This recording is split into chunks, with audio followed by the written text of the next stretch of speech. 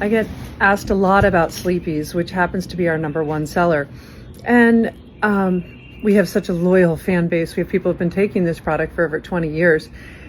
But it is a little bit of a different sleep aid. And so I like to give people my advice on how to take it and what to expect.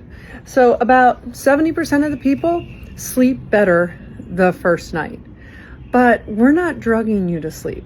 We are working at a deeper level to figure out why you're not sleeping as well as you should, and to reboot or reset your own sleep clock.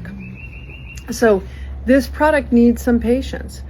People often ask me, well, how long after I spray it will I fall asleep? It just doesn't work that way.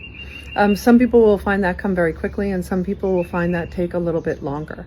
I will tell you, I've been taking this product for years and years, and now it works very quickly on me and I respond very well to it. But we do suggest the first month especially being extremely consistent, even if you don't think you're going to have trouble sleeping. Brush your teeth. If you had mint in your toothpaste, have some water so that your mouth is not minty. And then leave it on your nightstand, spray it under your tongue going to sleep. Now, if you're looking at the clock or you're tossing or turning or you've got a lot on your mind, spray it again.